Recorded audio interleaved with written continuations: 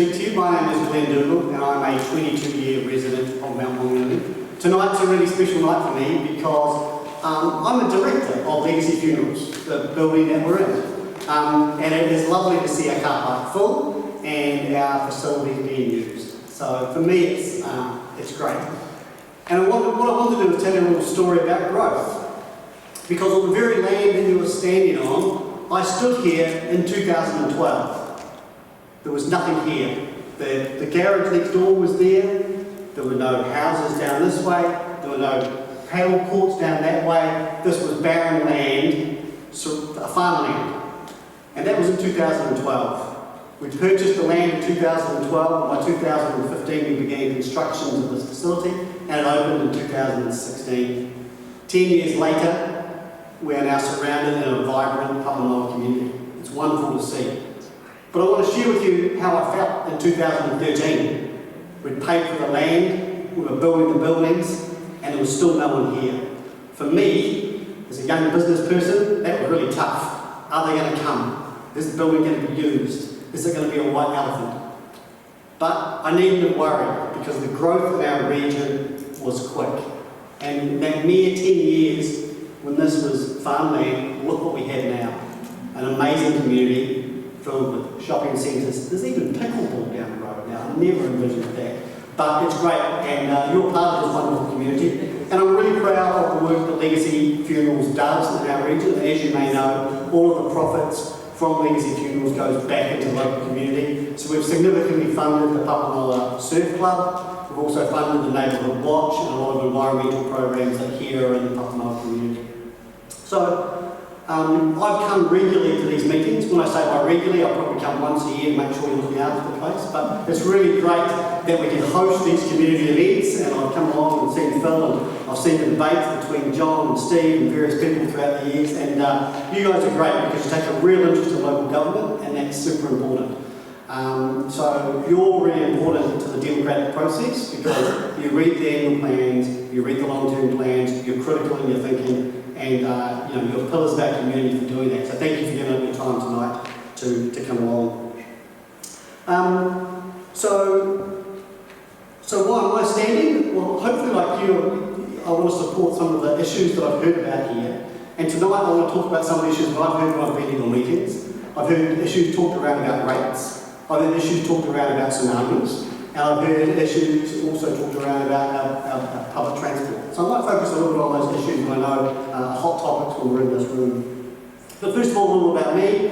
As I say, I've been here for 22 years, born in Dunedin. I've run my own business here for the last 20 years. I've also been a director of numerous companies, one of them being Legacy Funerals. I've also been the chair of the Tauranga Arts Festival 10 years. I was chair of Film Bar Plenty. And I've also been a Rotarian, so quite embedded in our community. So for me, the issues that you brought up were really important. If I could indulge a little bit about tsunamis. Earlier in my career, before I was a business person, before I moved to Tauranga, my background was I was trained in maths and physics, and I became a meteorologist. I did a postgraduate in meteorology, and I was an operational scientist and meteorologist. And then in the late 1990s, I was sent to Japan for 4 years to work on tsunami alert systems. So I was the computer scientist, geeky guy with a pocket protector that was writing the code to work out how we actually forecast our tsunamis. And that worked. We'd worked with the Pacific Warning Station, which is in Hawaii, and that's the area that sends out the warnings for the tsunamis. So how that trickles down then is some of the computer code that I probably wrote 25 years ago that helps predict tsunamis. That goes to Hawaii, then that comes to the regional office in Wellington, which is then sent to the Bay of Plenty Regional Council with a tsunami alert that's going to happen. So I have a little bit of knowledge around how this system kind of works. What you guys have done has been fantastic because you've advocated for one of the most simplest protection methods there are, which is escape routes. And you've done a great job there, and I know along those signs that we see around here in Papamoa wouldn't be there without your efforts. And I know also that you've lobbied hard for the sirens as well. So for me, your work in that was really important. So now what's going in place or what needs to happen next? And I guess those decisions are what I want to talk to you a little bit about tonight is, do you want more money invested in emergency planning for tsunamis? or do you not? And that's the question. So I'm going to jump into my question, which I was going to answer, which you'd like me to ask was, could I please comment on the idea of an annual rates increase equal or below the rate of inflation? So, look, I understand and I share the concern that many New Zealanders feel about affordability, especially as rates, housing, utility, insurance, and more broadly the cost of living pressures are put on our households. And ensuring councils don't put unnecessary burdens on people is a priority for me. On the other side of the coin, any proposal to rigidly cap rates, such as a 3% maximum rate, needs to be balanced with the reality that councils like you face rising costs, necessary infrastructure to put in, regulatory requirements and service operations. So I'd like to do a quick survey. I have two questions for you. Would you like a 1% rates increase, or would you like our tsunami warning system to stay the same as it is? With a 1% rates increase, we have more money to spend on modelling, potentially sirens and exit strategies, or do we stay with what we are? Who'd like a rates increase of 1%, or leave our tsunami system the way it is?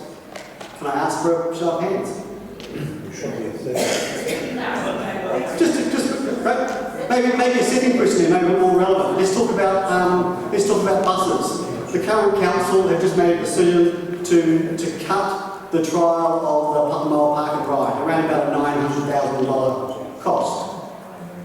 If we were to keep that cost in, that's around about 0.7, 0.8% of your rates bill. So who wants to, would you far rather have a park and ride service going from Papamoa into the city via the buses, or would you have a 1% rate increase? Oh, sorry, I didn't get it wrong. I apologise. Do I get a vote on that one? What do we want? 1% increase? Or park and ride? What do you guys want? Please let us know, because if the answer is yes, these guys have made a great decision this term. If the answer is no, we've got an opportunity when we get in to reverse it. Thanks for your time. Appreciate it.